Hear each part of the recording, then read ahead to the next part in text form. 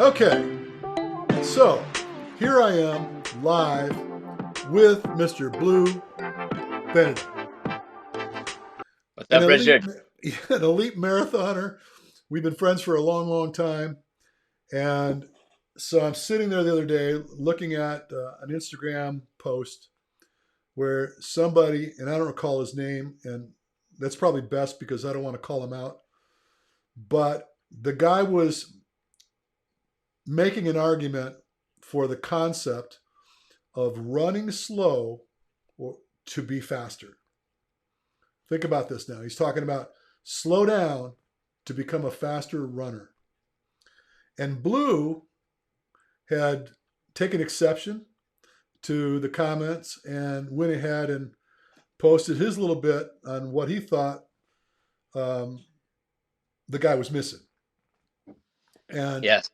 and I clearly feel like there are some things that may be considered. Let's just put it like that, opposed to just the concept of slowing down to go faster. So I know you're chafing, Blue. So Yeah, I can't. I am. I really am. It, I can't wait to dive into this, and I think it's something that so many runners and athletes need to hear.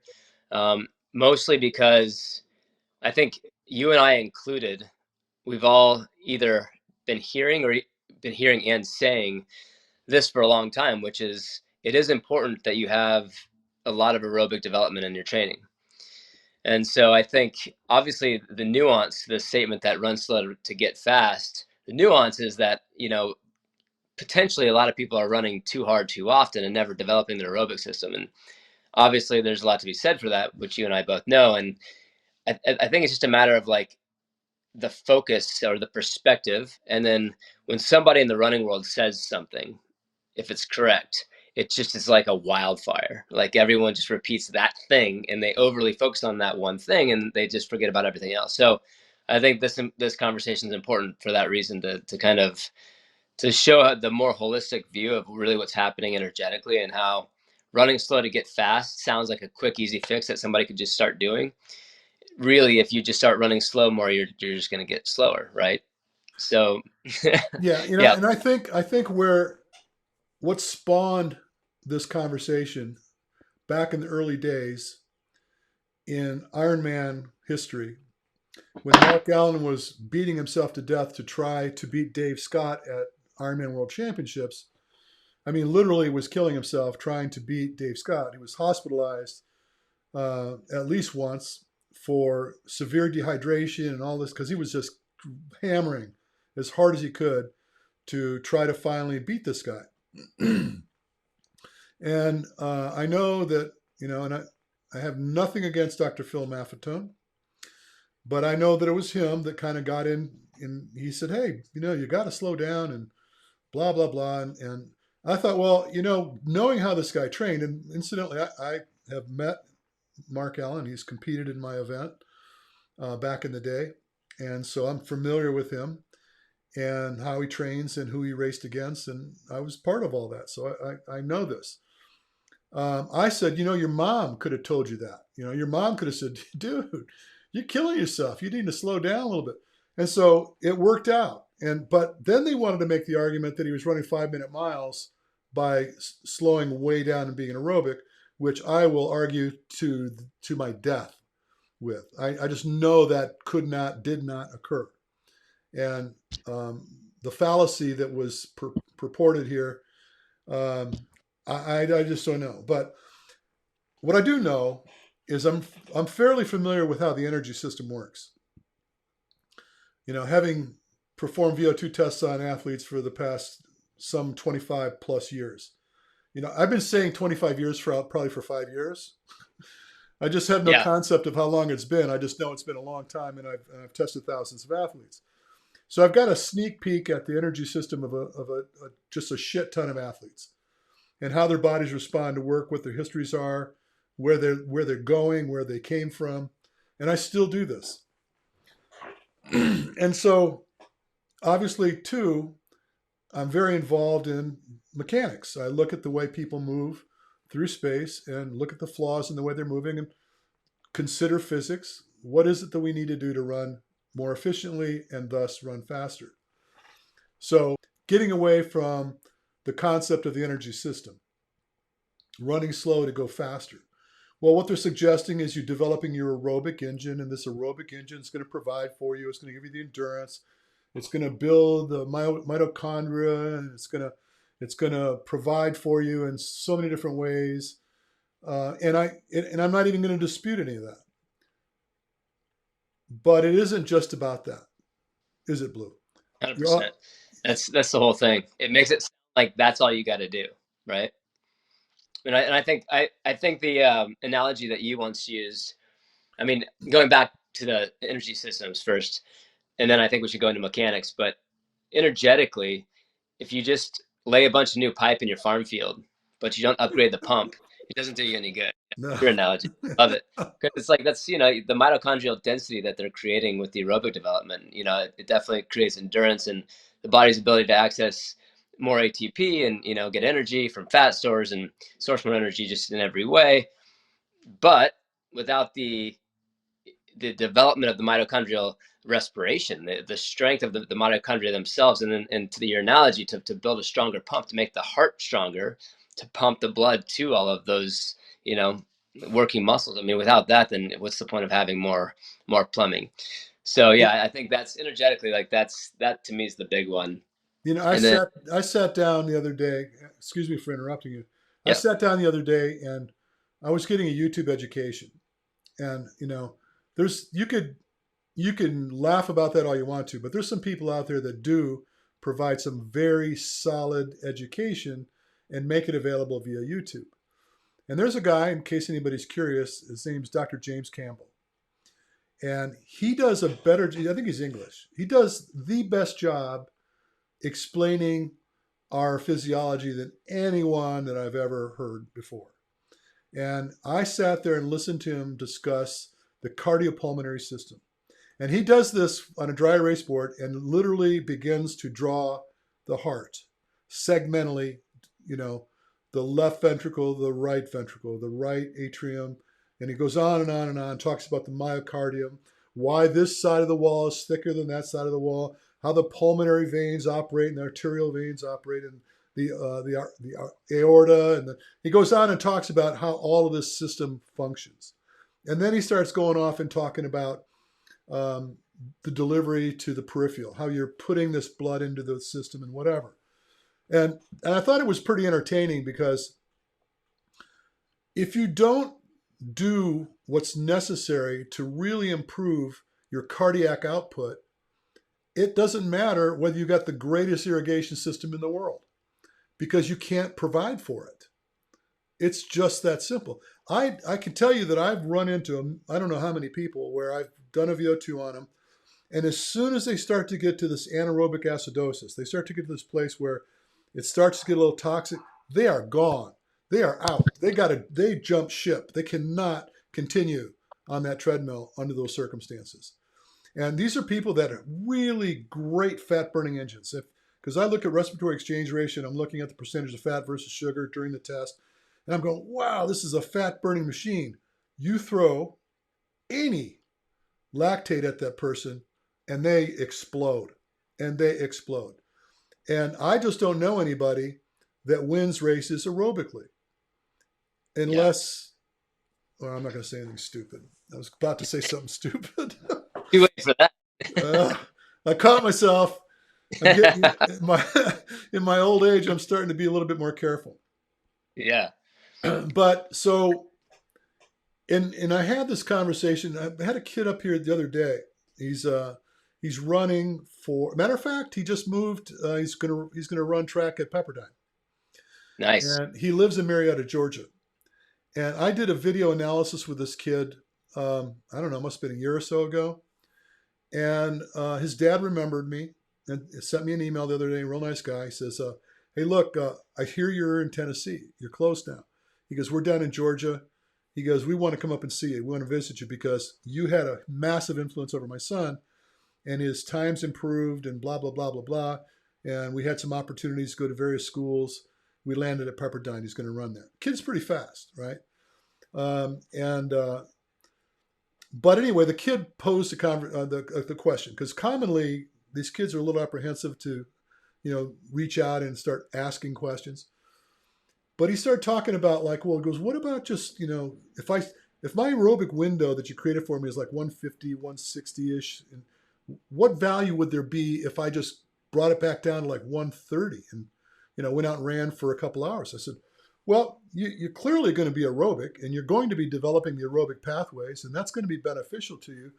But let's just say if you do a little too much of that, what happens then?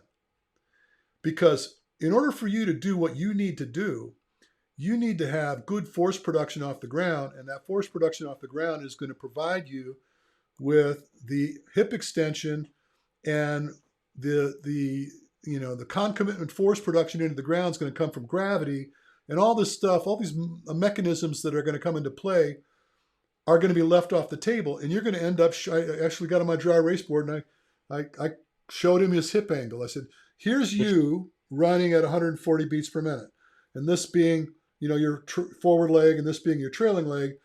Here's where you're at, and you're gonna lay down a few hours of this teaching to your mechanisms, to Yes.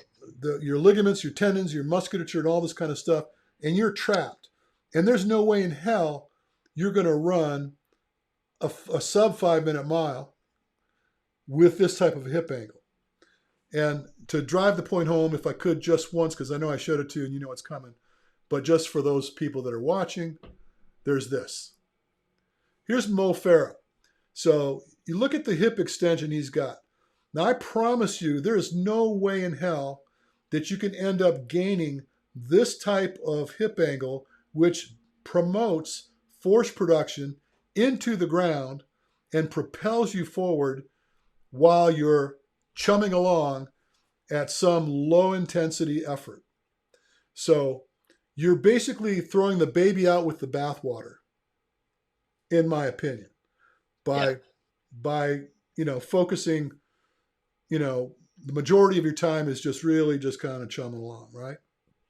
Well, I'm so glad that you went here, because this idea that what he was getting at 150 to 160, that window that you gave him, he was getting potentially all of the benefits aerobically and more than if he went down to 130, right? If he's recovering and he's aerobic, then why go slower? And I think if you what you're talking about is the mechanical efficiency, right? If I run slower all the time, I'm going to just get better at running slower. If you're trying to run 100 miles and that's your thing, that was my sort of exception in my own thinking was, okay, if somebody's out there and they're running 100 miles and they're trying to finish and they know they're going to be out there for an entire day and they're going to be power hiking, it's perhaps those people could get away with only running easy. But I still would recommend, if as a coach, I would say you could do that, but why don't you add in the anaerobic intensity as well, and develop a stronger cardiorespiratory system as well? But all that aside, all those ultra marathoners aside, because they don't typically care about hip angle and extension and distance traveled per step, everyone else, marathoners on down, or anybody running fast for even an ultra, it matters. The efficiency, like you're saying, the hip angle being increased and having that power output. If you're not doing that often and you're not doing that as a primary function of when your brain says run, this is what we do, then yeah, you're missing. You're missing. Well, so let's go back to the ultra marathoners that we're familiar with. And there's all these great athletes. You look at Kilian Jornet. I promise you, Kilian Jornet runs fast, and he trains his body to be more efficient in his gait and can open up his stride. I know guys that run fast and can also run long, and you don't learn that by corralling yourself at that low intensity, and basically you're in bondage. You're just kind of strapping your legs into this trap, and you can't Yeah. get out of it. You just can't get out of it. So I'm not suggesting that you don't need to have a robust aerobic engine. And more importantly, the longer you go, the more important it becomes. But there still needs to be an infusion of this mechanical aptitude and developing the myocardium, which is going to improve the cardiac output, which is going to provide for the body more efficiently, lower the cost of work to do whatever it is you do, right? So if you're running, and just hypothetically, you know how this works, if you're running an ultra marathon, your average pace might be, if you're good, about 12-minute miles. You're going to run 100 miles, you're going to run at about a 12-minute mile, most average guys. And a lot more of them below that, 16, 15-minute miles, because they just got to slow. And then what they do, let's take it a step further. Then what they do is, because they're like stuck like this and they're just basically beating their feet on the ground, then they want to put those cushy shoes in, which even further destroys the potential for any afferent feedback that provides you to run more efficiently. So I just find that it's a confusing conversation. And I think that the guys that are thumping the Bible about how important it is to stay aerobic all the time, they're missing some very critical components to the process. That's all I'm saying. And I think that the where everybody is having the most difficulty is understanding how much of slow versus fast running should they be doing. So, I mean, I think it'd be good to answer that question from your perspective. What do you, and I know this is kind of the world we live in as coaches who create the progression and the trajectory of peaking on a certain day, manipulating the different percentages relative to each other. How do you look at it? Like, what's the quick takeaway for people of, like, because you got to run fast, you got to run slow. Well, how much? How do I put it together? Well, so you know where we're going now, right? Is that okay? I wrote a book, and I wrote a book about flow training, and I called it Training the Dark Side. And in flow training, what I encourage people to do is visit the entire energy spectrum. And so, for example, let's just go down mentally with me for a minute and say we start to go out for a bit of a run. And because we're students of the art, we're going to dedicate a little time to make sure everything's on point. My cadence is humming, my ground contact's where it needs to be. Let's just say you dedicate 10 minutes of your given workout to improving your skill sets, or at least making sure they're on point. Because can I tell you something? A lot of people don't do anything structurally to make sure that all the parts that they bring to the table are functioning correctly. Let's just say that you got really tight ankles. Let's just say that your hamstrings are a little locked up from the previous workouts you did. Your quads are sore, your knees a little sore. So you're compromised in the beginning of your workout. And so what most people do is they just go out and run. And after about 10 or 15 minutes, hopefully things will start to settle down, and then they can get back into their mojo and things go well. I'm encouraging people to spend a little time dedicated to making sure all their pieces and parts are doing what they need to do. And even preemptively doing some things that I'm not going to discuss right now. It's another time and space, but things you could do to really make sure that everything is working before you go out. And I'm not talking about leaning against the wall and trying to stretch your calves when you intend to run on your heels, which is what a lot of people end up doing. But so let's just say we got the skill set dialed. We've spent a little time, you feel like, okay, I'm there, I'm good. So maybe now is a good time to bust a move.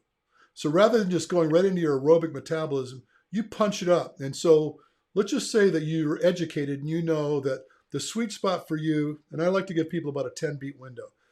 And we use the term, so I'll say it again. So like you're between 150, 140, 150, something like that is your aerobic sweet spot. Sweet spot to me means you're using a very good percentage of fat for energy. You're oxidizing very, very nicely. The intensity is low enough where everything is just humming along. So that's kind of where you are aerobically. But we're not going to go there. We're going to go like 10 beats above that. And so we're rolling along about 10 beats over that threshold, and things are starting to come together pretty nicely, or not. And let's just say you're out there for about 5 minutes. You decide, you know what? I need to back out a little bit. I got to get a gulp of air. So you come back down and you get a gulp of air, and now you're in the aerobic energy system again. And then after a little while, you recover and you say, you know what? I'm going to try it again.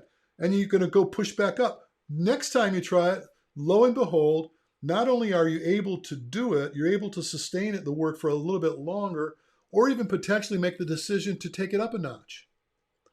All right. And then there comes a time where you're going to back off a little bit. So let's just say now that we're out there, we've been out there for about 35, 40 minutes or so and rolling along very nicely. We don't have a big workout scheduled today, but we're going to spend at least an hour or so running. And then you might decide, you know what, I'm going to really go for it. I'm going to tag it. I'm going to get up in there, near maximum effort for a brief amount of time. Maybe I'll get up there for 10, 15, 30 seconds, and then I'm going to recover way down. I'm going to just make sure I'm going to evacuate all that waste product I created and just kind of, you're almost to the point where you're thinking, oh man, I don't know if I'm going to get back in the game or not. But lo and behold, you do. And you're aerobic for a little while. And then, so when you looked at the tail of the tape, when all said and done, when the workout's over and you looked at it, you got your Training Peaks account and you look at it, 65, 70% of your total workout was dedicated to developing your aerobic engine, but you didn't leave the other important components off the table.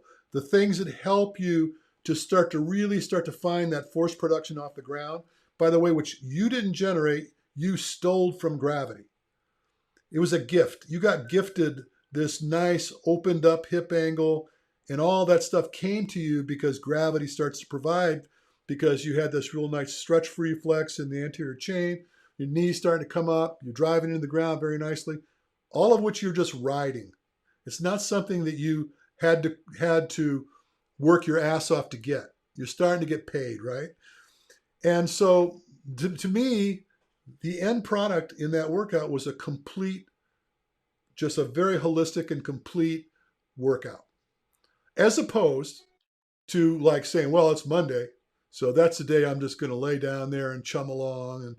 And then, maybe I'll do that again on Tuesday because I know I got to have like 70% of my total workout should be, aerobic. And then one day, begrudgingly you say, well, I'm going to go to the track. And then I'm just going to hammer myself into the ground on the track for a little while. And so I haven't even thought about this before, but now I'm on a roll. You got to shut me up in a minute. But try to imagine you got 3 days of that little chumming along, right? Because you're trying to develop your aerobic system. And now, based on that, based on what you taught your body to do those 3 days, you're going to ask your body to go to the track and start slamming down some hard work. It's like, whoa, what are you freaking doing to me right now? Because now you got no hip angle. Now you got, the stretch reflex isn't there. Your heart ain't ready for it.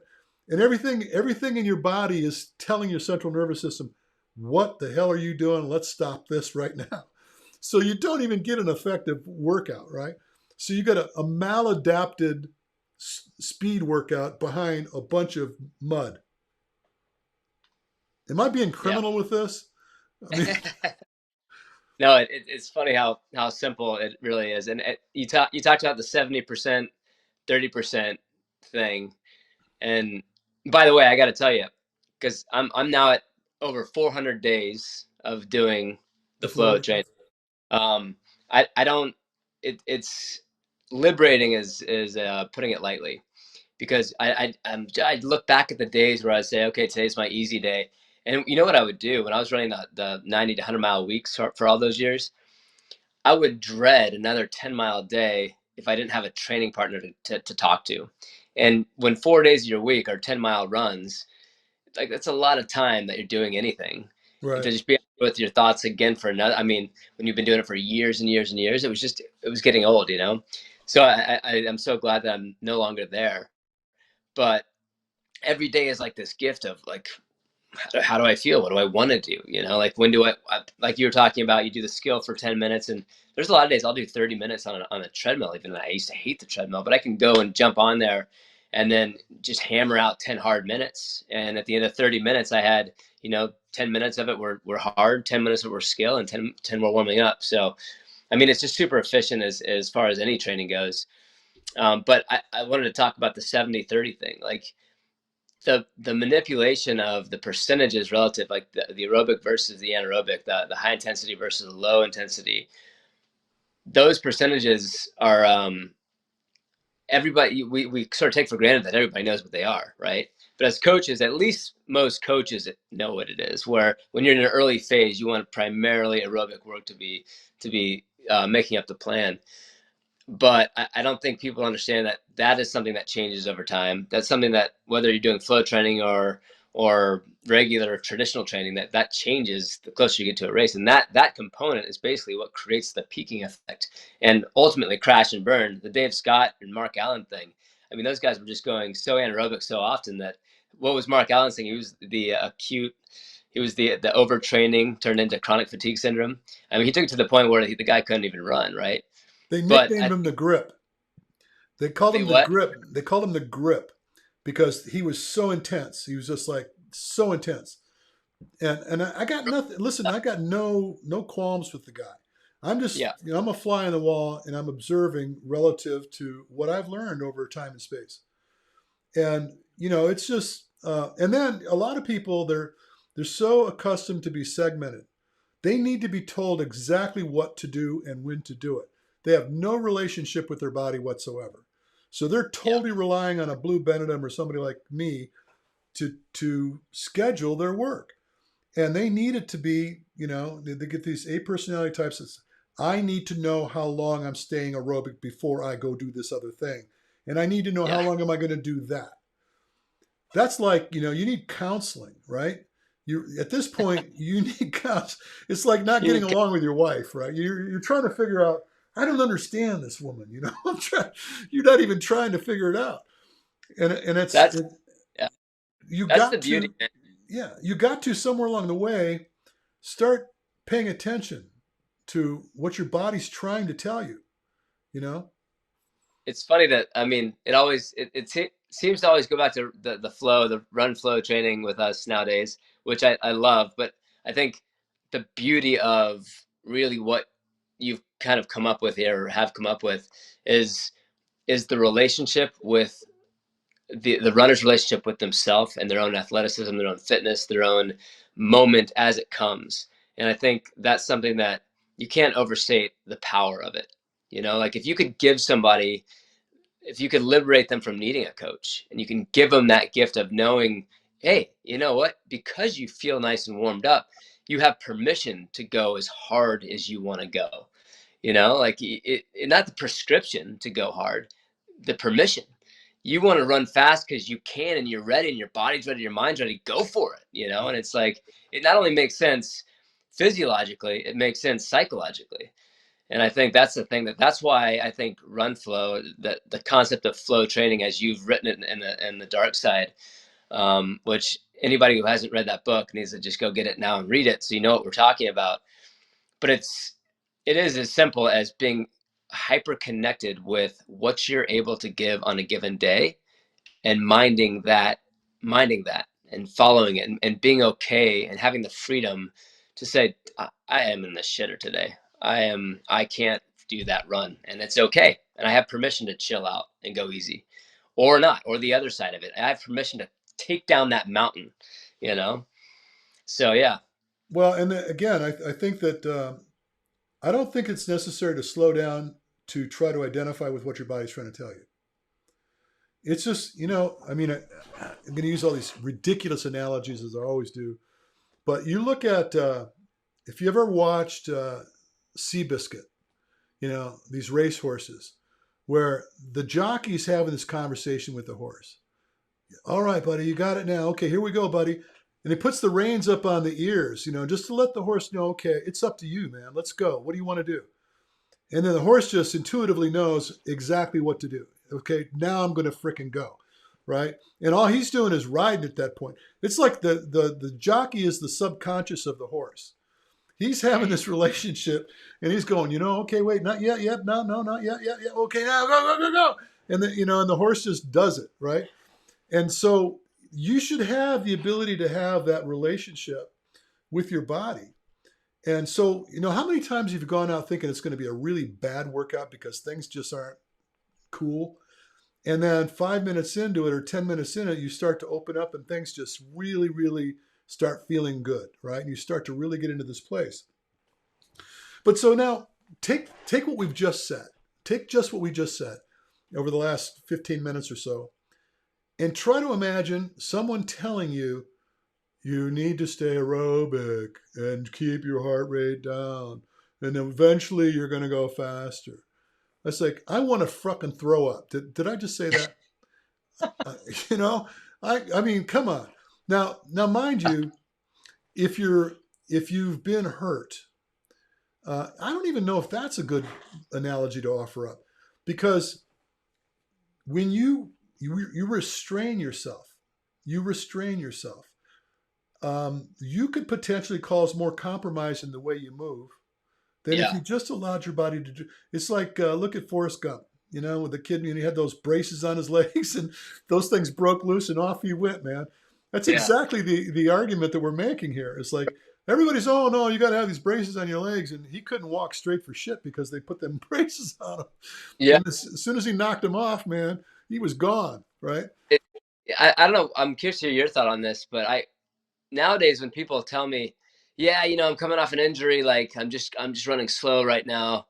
I'm not ready to run fast yet. I'm personally of the opinion where it's like, look, if you're so injured that you can't run fast, why are you running at all? Really? Yeah, Like, I mean, exactly. running is in essence fast, no matter how slow you're going. Like it's a forced production movement. So if you can't do that right, why are you doing it? And then Well, when you're so yeah, you're then you're absolutely right. And so when you look at like the motor skill development drills we talk about, that's actually a check system. mm, So, and those that don't understand what I'm talking about, A, should go read the book, but B, let's just say that you're moving along and you're just like we talked about, you're checking to see if everything's working, and you're starting to bring yourself to speed. And you're paying attention. You want to make sure that your running is on point, the way you're moving and everything is on point, and you're trying to create greater and greater speeds. If anywhere along that path you run into a speed bump, so that injury starts to rear its ugly head and starts to hurt, it's time to go home. It's go home time, yeah, because if you and a lot of people are apprehensive post surgery. They've hurt themselves. They've gone in. They've been violated by a surgeon, and now they're trying to get back in the game, and they're being very pensive and very very restrained in their approach to getting back. And all this compromise they've created, all these compensations they've created, is going to ruin their ability to run. I should tell you, I had two folks come to see me that I met with years ago. I did a clinic in Georgia, I think it was. I don't know how many years ago. It's been a while ago. And the guy's no spring chicken. He's almost my age. He's like, I think he's 66 years old or something like that. And, we're communicating via social media, had a torn meniscus, so he went through that whole thing, and the doctors were like, okay, you got to take it easy and all that. And his girlfriend, who's significantly younger than he is, by the way, she had a hip problem. She had a torn labrum, right? And so both of them had been injured in relationship to the way they were running or moving. And I just got a message from him this morning after he came back to see me, and we worked on his mechanics and whatever. He goes, "Oh my God!" He goes, "I'm running so much better right now. It feels good. I'm going faster, and I'm not working any harder than I ever have." And they just the concept of uh, opening their mind a little bit and just starting to pay attention. The relationship with their body is more important than the relationship they had with me. You know, yeah, they're going to learn what their body is going to allow or not allow, and put the reins back on the ears, buddy, and just let that pony run. And so he's doing that. Guys, he's got this whole new lease on life right now, and it's kind of fun to watch, right? yeah. I haven't talked to you since I heard this podcast from Andrew Huberman. I don't know if do you listen to Huberman Lab? Have you heard of their podcast? No. So he's a professor at Stanford, and he has a great podcast where they just geek out on stuff. And he had one, and they dive into the four types of endurance training, and it's really cool because it's a lot. It basically validates run flow, because they're basically referring to the four different types of endurance training are long duration, which we all know to be anything from they're saying the protocol is 15 minutes or longer, one single repetition of whatever it is. Um, Strength endurance, which is primarily concentric loaded exercise of a given muscle group to strengthen the actual muscle itself. And then two types of high intensity aerobic and high intensity anaerobic, which the terminology there is like a little bit sort of confusing to me. Essentially, like there are longer intervals and shorter intervals, but identifying and they have very specific outcomes, performance outcomes for each of these, and identifying that they are different, and that a long duration endurance session isn't necessarily going to help you with the same as a high intensity endurance session. So pretty cool listen. You should check it out. But it definitely validates the idea of incorporating all of those to reach your highest level, which RunFlow naturally does. Well, yeah, and I think I don't even think most coaches will flat out argue with the necessity to visit all of the energy system at some time or another. It's just the fact that they never thought to combine them. They Yeah, never, you know what I mean? They never thought to like, well, add all this stuff, right? and every day, right? I think we haven't touched on that today, but it is interesting. The question has to pop up, like, okay, so I go out there and I visit these different systems, and like that sounds like any speed workout. What's the big deal? Well, I think the bigger deal is like, well, when are you going to do it again?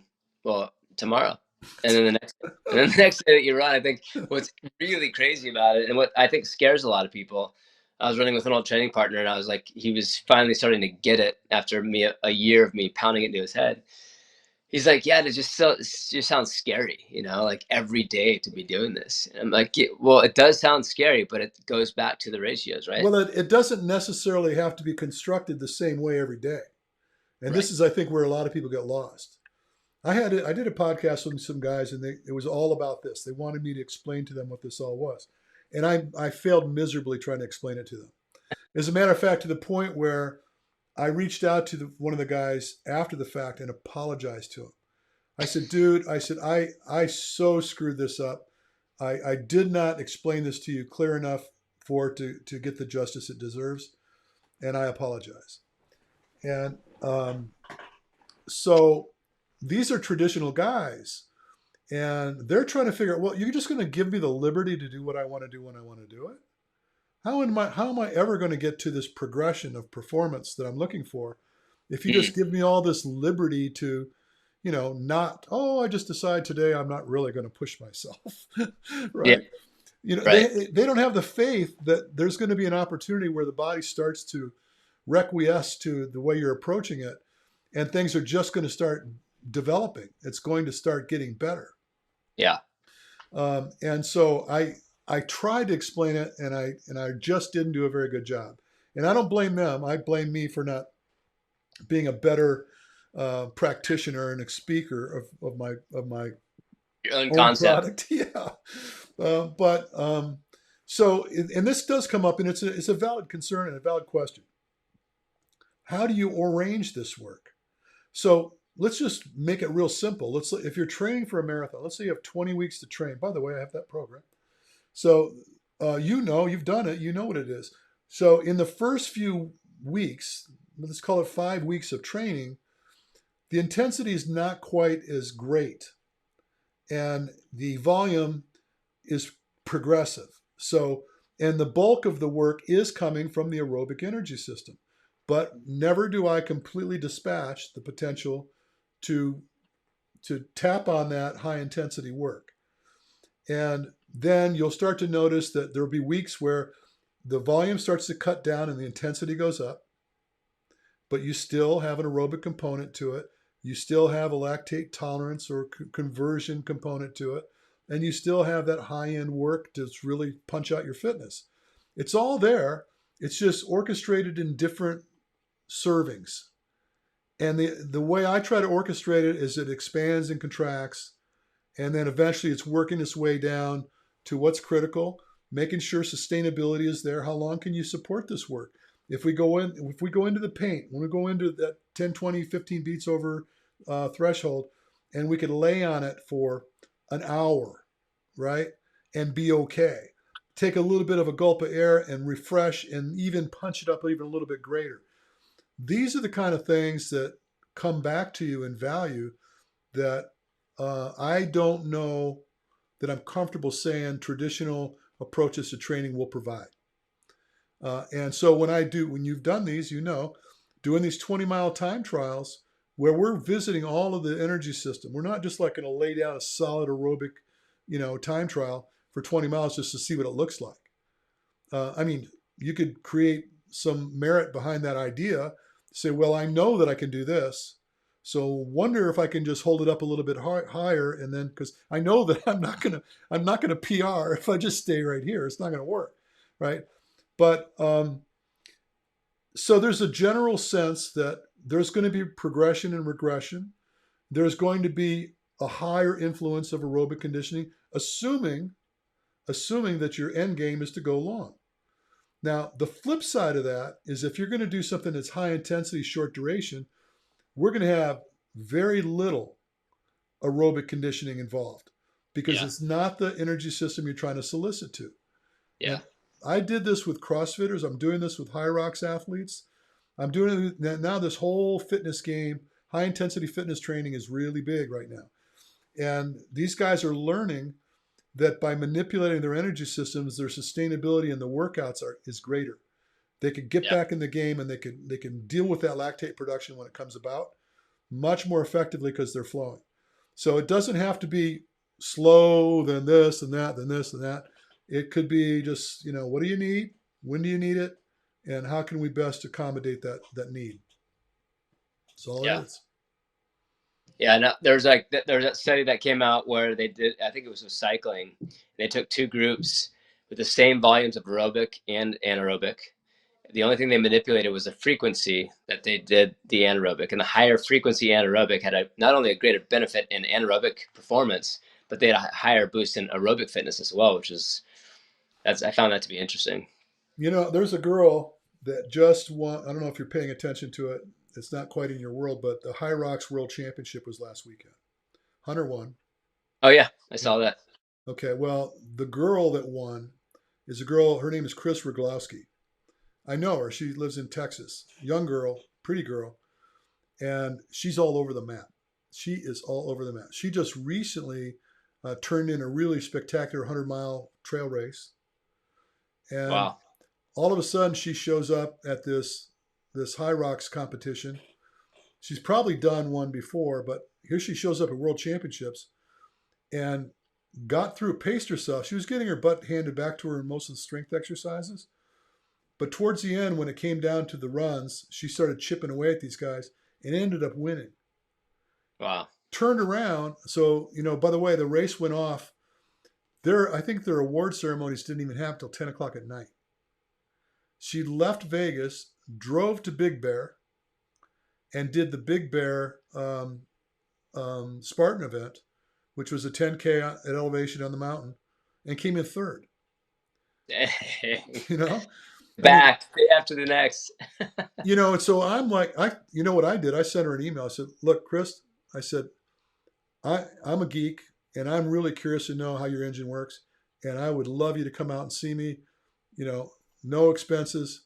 I want to look at your engine. I want to get under the hood and see what the hell you're eating or how you hum, because this isn't supposed to work like this. And I would almost bet you that intuitively she does this. She's visiting all this stuff and Yeah. she's developing all of it to her need. She could turn around, snap it up and do a high intensity workout, turn around and do a real long long duration event. Um, Yep. so I don't know. I'm just really curious. But Yeah. anyway, we beat this dog to death. It's what we do. So we're gonna do this again and let people know this. We're gonna do this again. And when we do, what are we going to talk about? Let's let them. Let's. I think we should do an episode on why CrossFitters suck at running, and that Oh should be my the. God. It's. I mean, that's good. There's a controversial statement, but I mean, CrossFit always brings in some sort of running into their competitions. But it's amazing how many of them are. It's an insult to the sport of running to watch these guys run, It's and even bad. the best in the world. It's like if you either take the running out or get good at the running. And the cool thing about high rocks and obstacle course running is there's running is such a heavy component of those competitions. If you suck at running, you're not winning. In CrossFit, it's not quite big enough to where you can still be the best in the world CrossFitter even if you kind of suck at running. So that's why they get away with it. But I still think a huge opportunity for these guys to really work on the running. And But it's definitely the dirty little secret of CrossFit is yeah, that the majority of these guys, even the best guys, Rich Froning, some of these guys, they don't oh, run worth a shit. I close my eyes, man. I can't walk. And can I tell you something? I wrote a training program for CrossFitters, and I started working with a few high-end CrossFitters, and they identify that they do not run for shite. Yeah. And realizing that, I mean, if they throw a 5K run in the middle of a competition, you're screwed. Oh yeah. You're just screwed. Yeah. And I have some thoughts about why it is, and we could talk about that, but let's not give it up right now. Yeah. So people need to come back here and find it because we're going to do it next week. I think next week, hopefully next week. Next week, next We're gonna, Monday. all right.